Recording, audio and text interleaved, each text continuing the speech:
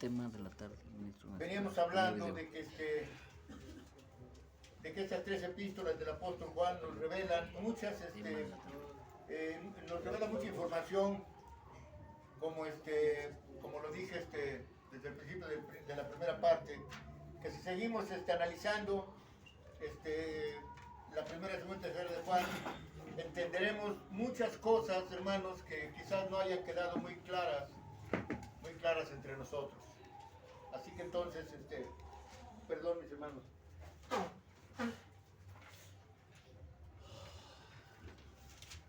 Entonces, en la segunda parte, porque la primera epístola de Juan es un poco extensa, ¿verdad? Y recuerden que, ¿se acuerdan cuál es el título de estos temas que iniciamos?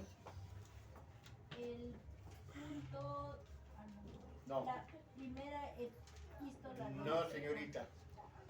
Recuerden que era lo que el apóstol Juan vio, oyó, palpó y contempló.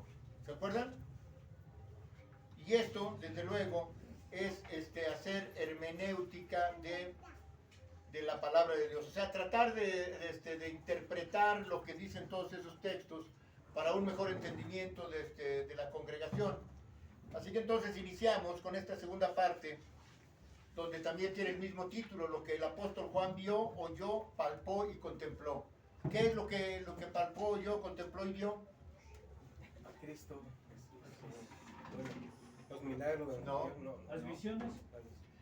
Recuerden que dice 1 Juan 1:1, lo que era desde el principio, lo que era. ¿Y qué es lo que era desde el principio? ¿Cuál principio? El mismo principio de Juan 1:1. No es coincidencia que sea primera de Juan 1:1 y luego Evangelio según San Juan 1:1. Hablan de lo mismo, ¿sí? Por eso les digo, es para una mejor comprensión. Empezamos leyendo ciertos textos, desde luego, en la primera epístola de Juan. Este es el capítulo 1, versos 5 al 10. Vamos a ver qué nos dice, porque de todo esto tenemos que analizar mucho.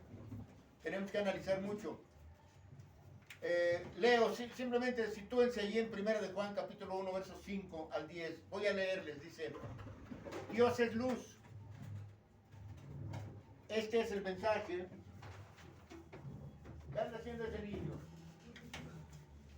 Este es el mensaje que hemos oído de Él, o sea, de Jesús. Y les anunciamos: Dios es luz y no hay tinieblas en Él. Si decimos que tenemos comunión con Él y andamos en tinieblas, mentimos y no practicamos la verdad. Verso 7 dice: pero si andamos en luz, como Él está en luz, tenemos comunión unos con otros, y la sangre de Jesucristo, su Hijo, nos limpia de todo pecado. Si decimos que no tenemos pecado, nos engañamos a nosotros mismos y la verdad no está en nosotros. Tomen en cuenta muy bien eso. Verso 9. Si confesamos nuestros pecados, Él es fiel y justo para perdonar nuestros pecados y limpiarnos de toda maldad. Verso 10. Si decimos que no hemos pecado, le hacemos mentiroso a Él, o a Él mentiroso, y su palabra no está en nosotros. Todos estos textos, hermanos, nos hablan de algo: las dos facetas que existen en las iglesias, una verdadera y una falsa, una más bien que falsa, aparente, una verdadera y una aparente. Hay en las iglesias verdaderos hermanos y hermanas que andan en luz, o sea, en la luz. ¿Qué simboliza la luz, hermanos? La palabra. Simboliza a Dios mismo. Porque recuerden, para saber quién bajó del cielo, dice, porque la luz vino al mundo. ¿De dónde vino? De arriba. La luz vino al mundo, pero los hombres prefirieron las tinieblas. ¿Qué simbolizan las tinieblas? El pecado. Pecado, exactamente. Dice, pero los hombres prefirieron las tinieblas porque sus obras eran malas y no querían que fueran reveladas por la luz. Así mismo vamos entendiendo esto. Si Dios es luz, más adelante voy a repetir esto. Si Dios es luz, entonces la luz, ¿qué hace? Hagan de cuenta que entran aquí en la noche y está oscuro todo. Prendemos la luz y ya podemos ver todo, ¿verdad? Esa es de la forma en que estamos delante de Dios.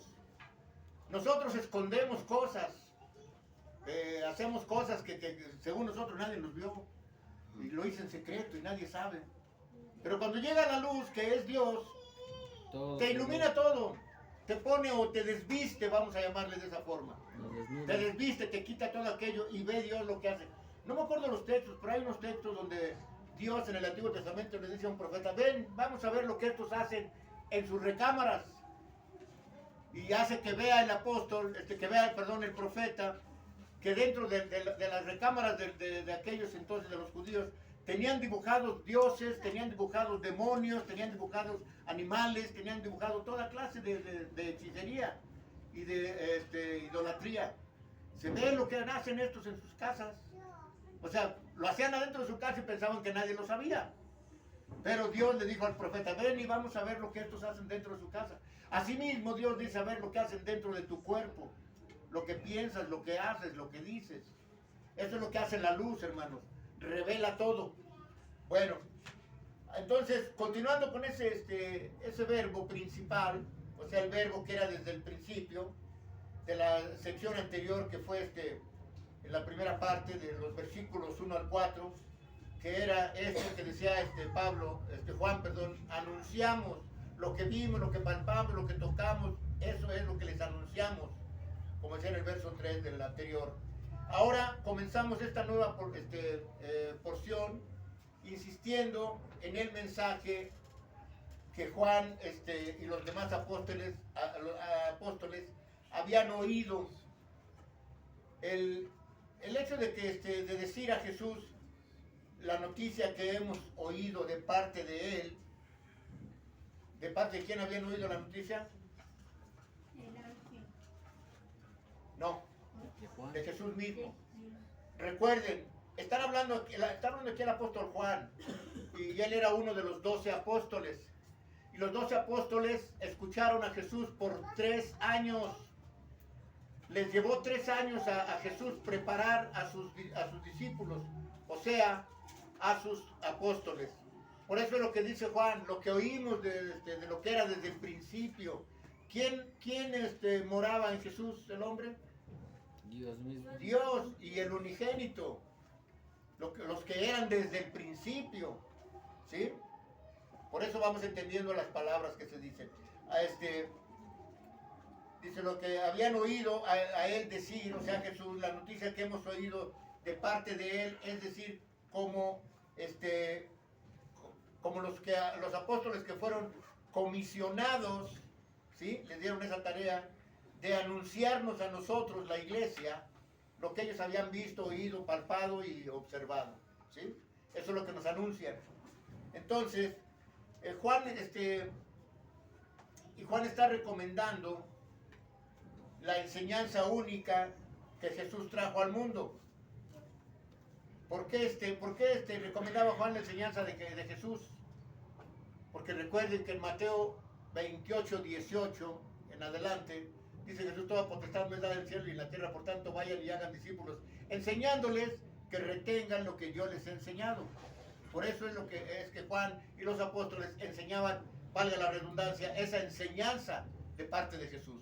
Porque eso es lo que habían escuchado ellos, hermanos. Lo que Jesús les dijo a ellos es lo que ellos vieron, palparon, escucharon y observaron. Y eso es lo que nos comunicaban a nosotros, ¿sí? Conforme al énfasis que el apóstol Juan le da a su evangelio.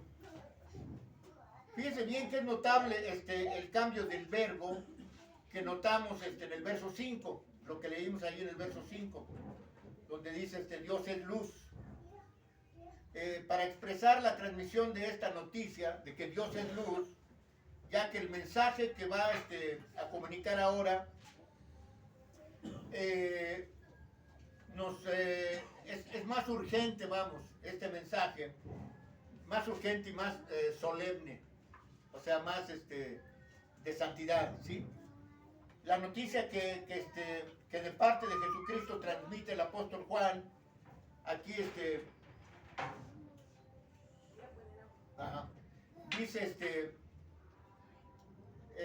aquí Juan dice que Dios es luz y en él no hay absolutamente ninguna oscuridad.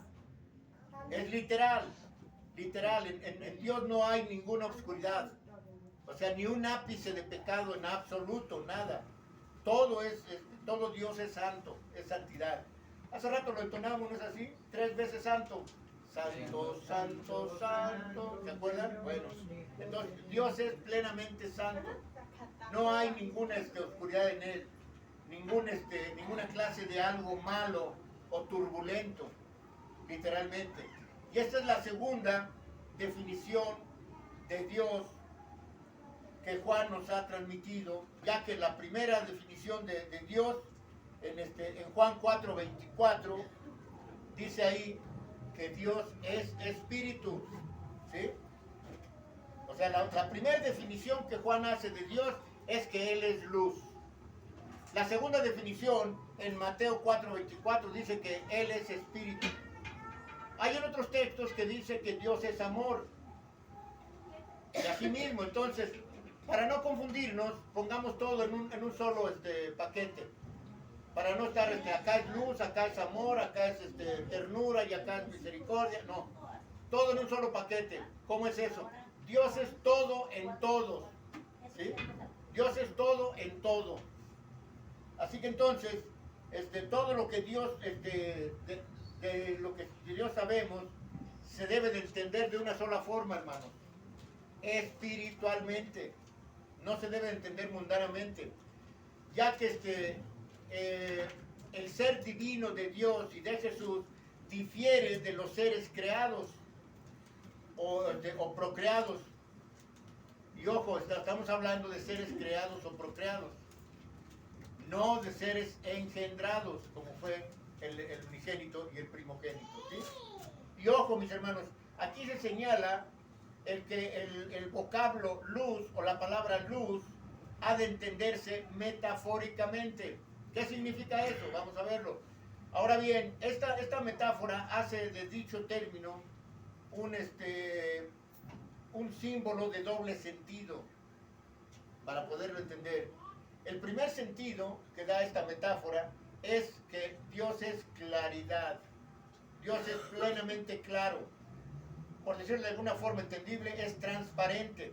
¿Sí? La luz permite ver todas las cosas. Por eso es así de claro. Porque la luz permite ver todas las cosas como son.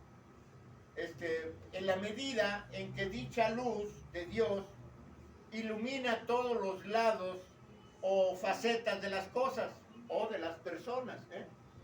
O sea que entonces, si aquí prendemos la luz, ahorita porque hay luz del día, ¿no? Pero en la noche prendemos la luz y se ve todo. Ilumina la pared de la derecha, la de la izquierda, el techo, el piso, ilumina todo. Asimismo la luz, que es Dios mismo, ilumina todo tu ser. Dice que esa palabra de Dios entra ¿hasta dónde? Hasta los tuétanos de los huesos, hermanos. Discierne los pensamientos del ser humano para que puedas entender que lo que tú digas, pienses o sientas, Dios ya lo sabe. En el instante. Es más, antes de que suba tu sentimiento a tu corazón y a tu mente como pensamiento, Dios ya lo conoce. Para que entonces entendamos frente a quién estamos. Que entendamos quién es nuestro Dios. ¿Sí? Así que entonces, la luz ilumina todos los lados o facetas de las cosas o de las personas. En este sentido, Dios es luz que se revela a sí mismo a nosotros. ¿Sí? ¿Cómo se revela Dios a sí mismo a nosotros, hermanos? Por medio de su Hijo. Por medio de la palabra. Esta es la luz, hermanos. Esta es la luz, la palabra de Dios. Es la luz. Y se nos revela a nosotros porque la palabra de Dios te confronta con Dios. La palabra de Dios te dice cómo estás delante de Dios. Y no te preocupes, si estás bien, no tienes por qué preocuparte. La misma palabra de Dios te va a confrontar y te va a decir por medio del Espíritu Santo, te va a dar un sentir diferente y te va a hacer sentir bien. Vas a sentir un gozo tremendo. ¿Por qué? Porque estás en lo correcto, estás en el camino correcto. Pero cuando no lo estás, también el Espíritu Santo te redarguye. Y empiezas a sentirte mal, aunque no lo demuestres, por dentro te sientes mal, porque estás mal. Así que entonces, se revela a nosotros mismos. En Cristo también nos revela sus más íntimos secretos. ¿Sí? En Jesucristo. Vean lo que dice Juan 15:15. Nomás vamos a ver la parte B, o sea, la segunda parte de Juan 15:15. Dice, todas las cosas que oí de mi Padre, se las he dado a conocer. Dice Jesús, todas las cosas que he oído de mi Padre, esas les doy a conocer. Es la segunda parte de Juan 15:15. Así que como Dios es luz, Jesús, les digo, Dios no se esconde, hermanos, no se esconde en las sombras, a fin de que nada más algunos privilegiados puedan tener contacto con Él o lo puedan alcanzar. No, Dios se manifiesta abiertamente a todo mundo. ¿Sí? Dios se manifiesta abiertamente a todo mundo. Dios se manifiesta clara, abierta y cordialmente a todos los que, al haber recibido a su Hijo Jesucristo, ¿sí?, poseen también al Maestro. Al Maestro y Consolador. ¿De quién estamos hablando? No, Señor. ¿Del Espíritu Santo? Del Espíritu Santo. Vamos a ver qué dice Primera de Juan, capítulo 2, verso 20 al 27. Primera de Juan, capítulo 2, verso 20 al 27. Me detengo aquí un poquito para analizar esto, hermanos.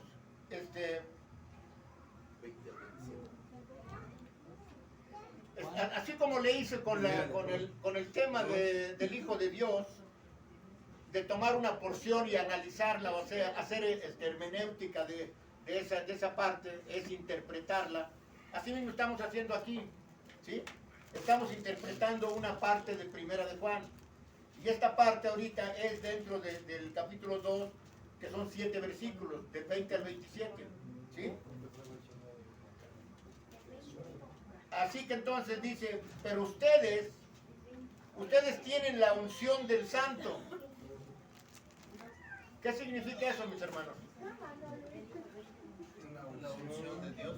Ustedes tienen la unción del Santo. ¿Qué significa eso? Porque tenemos el Espíritu Santo. Así es. La unción del Santo es cuando eres sellado por el Espíritu Santo. Tienes la unción del Santo. Por eso dice aquí claramente, ustedes tienen la unción del Santo y conocen todas las cosas. Dice el verso 27, pero la unción que ustedes recibieron de Él permanece en ustedes y no tienen necesidad de que nadie les enseñe. ¿Sí? Así como la unción misma les enseña todas las cosas y es verdadera y no es mentira. Según ella, les ha enseñado, permanezcan en Él. ¿En quién? En Cristo Jesús. Permanezcan en Cristo Jesús. Porque tenemos la unción del Santo. ¿Quién es el Santo? Jesús. El Santo de Israel. ¿Quién es? Jesús. Dios mismo. Jehová de los ejércitos es su nombre. ¿Sí? Jehová. Entonces tenemos la unción del Santo, de Dios mismo, hermanos. Y nuevamente, a lo mejor ustedes no perciben verdaderamente, a lo mejor no perciben exactamente qué significa que nosotros tengamos la unción del Santo. Esto es su Espíritu Santo. A lo mejor no perciben qué significa eso. Esto significa mucho, hermanos. Significa que ahora tú perteneces a la iglesia y perteneces a la familia de Dios. Y has sido elegido para salvación. Claro, desde luego, si eres bautizado en la iglesia de Dios. ¿Qué dice Marcos 16:16? El que creyere y ha sido bautizado. El que creyere y fuere bautizado ya ha sido salvo. Pero el que no creyere y no fuere bautizado ya ha sido condenado. Así que entonces, cuando nosotros somos bautizados, somos sellados por el Espíritu Santo. Y entonces, de esa manera, tenemos la unción del Santo. ¿Sí? Le doy gloria a Dios porque tenemos aquí a mi nuera que escucha tantito también. Bendito sea Dios. Así que entonces, dice ahora en 1 de Juan capítulo 4, verso 13b, la segunda parte de Juan 4:13, 1 de Juan 4:13. Y en esto conocemos que permanecemos en Él, o sea, en Cristo, y Él en nosotros. Así como el Padre mora en Jesús, en nosotros dice, en que nos ha dado de su Espíritu. En esto conocemos que permanecemos en Dios, porque Él nos ha dado de su Espíritu. ¿Sí? Entonces, no sé si empiezan ustedes a considerar esto. ¿No saben que ustedes son templo de Dios y que el Espíritu de Dios mora en ustedes? Amén. Entonces, tengan cuidado con lo que dicen, con lo que piensan. No es amenaza, es advertencia. Porque ahora, ¿por qué creen que Dios sabe todo lo de nosotros? Porque el Espíritu de Dios mora en nosotros. Por eso. Ahora entonces, el segundo sentido del símbolo luz significa santidad. En este sentido, la definición que Juan nos da de Dios conforta una perfección moral infinita. ¿Entendieron eso? La segunda definición de Juan nos da es santidad. Y en este sentido, la definición que Juan nos da de Dios conforta en nosotros una perfección moral infinita. ¿Qué significa eso? Que estamos regidos por los 10 mandamientos. Esa es la ley moral para los hijos de Dios, los 10 mandamientos. Bajo esa ley vamos a ser juzgados cuando venga el día del juicio.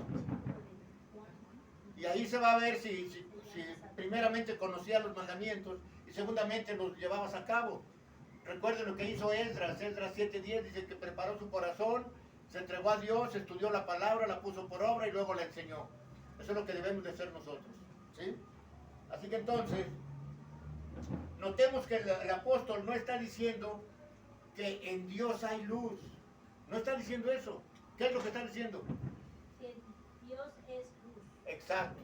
No que en Dios hay luz, sino que Dios es la luz. ¿Sí? La luz que vino al mundo, pero la mayoría dice, mira, ese es Jesús. No, es Dios mismo. Au. Cuidado. Su agüita se queda aquí. Es por el tanto hablar. Ay.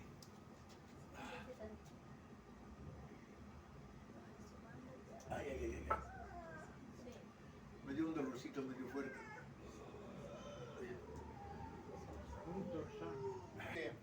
Juan no está diciendo que en Dios hay luz, sino que Dios es la luz, ¿sí? Bueno, aquí tengo, hermanita, gracias, sí, hermanita, gracias. Con estas declaraciones vemos que esa luz que vino al mundo era Dios mismo, no Jesús. Nuevamente no negamos que en Jesús haya luz también, porque él también tiene la divinidad del Padre, ¿sí? Tiene la misma esencia del Padre. Entonces también en él hay luz. ¿Por qué? Recuerden que si Dios tiene el poder de dar vida, le ha dado ese poder al Hijo. Y el Hijo al que quiere da vida. ¿Por qué? Porque el Padre le dio ese poder. Así es. Por eso entonces, si el Padre es luz, en el Hijo hay luz. Pero esperemos que en nosotros también haya luz, que quiere decir claridad de quiénes somos. Porque si no sabemos quiénes somos, no sabemos a dónde vamos. Entonces, dice Juan 3:19, la luz vino al mundo. Dios vino al mundo. Dice en Juan 3:19. Esto nos da a entender que en Dios no hay nada artificial. No hay nada artificial ni nada del mundo. Es todo perfecto, honesto, justo, claro, santo. ¿Sí? Así que sustantivamente sus atributos de Dios son identificadas con su propia esencia divina. Así como Dios es la verdad, que es lo que manifiesta Jesús, ¿verdad? Si yo soy el camino, la verdad y la vida. Es el Padre el que está hablando en él, ¿sí? Porque sabemos por medio de Juan 14:10 que el Padre mora en el Hijo. Por eso dice Jesús, las palabras que yo las hablo, no las hablo por mi propia cuenta. Es el Padre que mora en mí el que habla esas palabras. Y entonces, si Jesús dice que es la verdad, es que el Padre dice que es la verdad, ¿sí? Y por eso no puede hallarse en él ninguna clase de tinieblas en Dios, porque Dios es luz. Pues ello daría, si hubiera algunas tinieblas en Dios, daría el traste con la definición misma de Dios, con la santidad de Dios, ¿sí? Daría el traste con eso, como luz, ¿sí? Ya no sería luz, aunque tuviera mucha luz, ya no sería todo Él luz, si hubiera alguna tiniebla en Dios. Pero todo Él es luz. Al grado, pónganse a pensar esto, al grado de que el mundo entero va a ser alumbrado por su gloria, por esa luz que tiene nuestro Padre Dios. ¿Se imaginan eso? Ya no existirá el sol ni la luna. Entonces, ¿cómo será alumbrado el reino de Dios? Por la gloria de Dios. ¿Se imaginan qué tanta luz hay en nuestro Padre Celestial? ¿Sí? Es mucha luz porque Él es fuego consumidor. Vea usted cómo bajó Moisés del monte Sinaí. Bajó Moisés deslumbrado, traía su rostro, reflejaba luz el rostro de Moisés. Tuvo que ponerse un velo porque no lo podían ver al rostro. Porque él solo presenció la gloria de Dios, no a Dios. Presenció solo la gloria de Dios. Aunque muchos dicen, no, sí, vio. Y un pastor que oí predicar, por eso tengan cuidado con las redes sociales, hermano. Un pastor que predicó y dijo, Moisés vio a Dios cara a cara. No es cierto, eso no dice la Biblia. Pero ese pastor dijo, Moisés vio a Dios cara a cara. No es cierto, es mentira. Se hubiera muerto, ¿no? Exactamente. Se hubiera muerto. Entonces es contrario a lo que dice la Escritura, que nadie ha visto a Dios. Entonces si Moisés lo vio, ahora otra cosa, si Jesús es Dios, pues lo vieron miles de gentes cuando estaba aquí. Entonces estamos viendo que Él es Dios, pero no es el Padre. Y lo que se dice al decir nadie ha visto a Dios, se refiere al Padre, no al Hijo. ¿Sí están entendiendo? Nadie ha visto al Padre. Pero Jesús dijo esto, el que me ha visto a mí, ha visto al Padre. Podría parecer contradictorio, pero no lo es. Si no estás diciendo, el que vio al Padre, me vio a mí. No, dice, el que me ha visto a mí, es como si hubieran visto al Padre, no que vieron al Padre. Bueno, entonces, partiendo de esta definición de Dios como luz, ¿sí?, que el apóstol Juan nos está transmitiendo como noticia de parte del Señor Jesucristo, porque lo que ellos vieron, palparon, todo eso nos están anunciando, ¿sí? Ya que eso vieron y palparon. Juan va a sacar una consecuencia lógica de esto, de la mayor importancia práctica, mis hermanos, a fin desde luego de tener comunión, ¿sí?, con el único Dios que es luz. Ahora, aquí podemos entender cómo es tener comunión con Dios que es luz. Porque nuevamente, no sé si recuerdan los primeros textos que leímos. Si decimos que andamos en luz, pero no andamos en luz sino en tinieblas, no podemos ver la luz de Dios, no podemos ver a Dios, porque hay tinieblas en nosotros. Y si decimos que no hemos pecado, hacemos mentiroso a Dios, y la verdad no está en nosotros. ¿Sí? Entonces, Analícenlo bien, hermanos. Si decimos que Dios es luz y nosotros andamos en tinieblas, no somos de Dios, somos del diablo. Así como Jesús le dijo a los escribas y fariseos, porque dijeron, no, nuestro padre es Abraham. Dice, si tu padre fuera Abraham, las obras de Abraham haría, pero pretenden matarme, así que Abraham no es su padre, ustedes son hijos del diablo. Sinagoga de Satanás. Son hijos del diablo, dijo, su padre es el diablo. Entonces así nosotros, hermanos, si decimos que andamos en luz y no tenemos comunión con Dios y con los hermanos, no andamos en luz. Así que entonces, por eso no puede hallarse en él ninguna tinieblas, mis hermanos. Bueno, dice 1 de Juan capítulo 1, ahora del verso 6 y 7, 1 de Juan, vamos a ver cómo tenemos comunión con el único Dios que es luz. Dice, si decimos que tenemos comunión con Él y andamos en tinieblas, mentimos y no practicamos la verdad. ¿Primera de Juan qué, hermano? Primera de Juan, capítulo 1, versos 6 y 7. Gracias. Recuerden que la primera de Juan es solo un capítulo. No miento, no es un capítulo, son más. Bueno, dice el verso 7. La segunda. Pero si andamos en luz, fíjense bien, ahorita ya cambia. Primero dice, si decimos que tenemos comunión, y luego cambia a decir, pero si andamos en luz, como Él está en luz, tenemos comunión unos con otros, y la sangre de Jesucristo, su Hijo, nos limpia de todo pecado. O sea, está la solución, hermanos, por si quieren andar en santidad, ahí está. Vamos a andar en luz, vamos a caminar en luz, porque me parece que Efesios 4 nos habla y nos dice, ustedes son hijos de luz, ustedes anden como hijos de luz. Y Jesús dice una parábola, dice que no el día tiene 12 horas, y cuando está todo, hay luz en el mundo, puedes caminar bien, pero las otras 12 horas son de oscuridad, que no puedes caminar en ellas porque vas a tropezar, ¿sí? Entonces quiere decir que en medio del día es para Dios, es en luz en donde debemos de andar. Las tinieblas no pertenecemos ahí, ¿sí? Bueno, entonces, tener comunión con la luz y con las tinieblas a la misma vez es algo absurdo, hermanos. O sea, ¿cómo le llamaríamos a una persona que tiene comunión con luz y con las tinieblas? Tibio. Tibio, exactamente, tibio. Porque cuando andas en luz eres calientito. Cuando andas en tinieblas eres frío totalmente. Pero el que anda en tinieblas y en luz a la vez es alguien tibio. Y dice Cristo que a los tibios, ¿qué? Los vomitaré de mis labios, dice el Señor. Por eso dice, ojalá y fueras totalmente frío o totalmente caliente. Tibio te vomitaré de mis labios. Así que entonces, amados hermanos, como en el de la ética, perdón, dice la Biblia, es un absurdo. Tanto en el campo de la lógica como en el de la ética, es decir, una cosa, cuando se hace una cosa y otra a la vez, es una gravísima inconsecuencia, como vamos a ver a continuación. Es una inconsecuencia. ¿Qué significa eso? Que no tiene sentido lo que haces. Si estás acá y luego estás acá, y cuando te conviene estás acá, y cuando te conviene estás acá, cuando te conviene estás en la iglesia, y cuando te conviene estás en el mundo, no.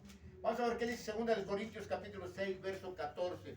Y vamos a ver solamente la segunda parte de 1 Corintios 6, 14. Dice, ¿qué compañerismo tiene la justicia con la injusticia? ¿Y qué comunión la luz con las tinieblas? Obvio que no tiene ninguno, hermano. ¿No? ¿Qué compañerismo tiene la justicia con la injusticia? Son enemigas. La justicia con la injusticia son enemigas. La luz con las tinieblas son enemigas. Lo que el apóstol Juan quería decir en el verso 6 no era que sus iglesias anduvieran diciendo una cosa y haciendo otra. No estaba hablando Juan de que su iglesia, en 1 de Juan, anduviera haciendo eso, no. Sino que lo decía por lo que vimos ahora en la escuela sabática. ¿Cómo se llaman aquellos que cambian la doctrina por el bienestar? Gnóstico. Exacto. Así actuaban los gnósticos en aquel entonces, y por eso Juan decían y hacían, puesto que ellos ponían todo el énfasis en la perfección moral y en la iluminación interior, sin preocupación o sin preocuparse por la forma inmoral con que se comportaban al exterior, o sea, el cuerpo, la materia. Decían que no tenían, no tenía que ver nada, me detengo ahí un poquito para explicarlo, que no tenía que ver nada, el hecho de que ellos anduvieran haciendo lo que ellos quisieran, y a hoy en día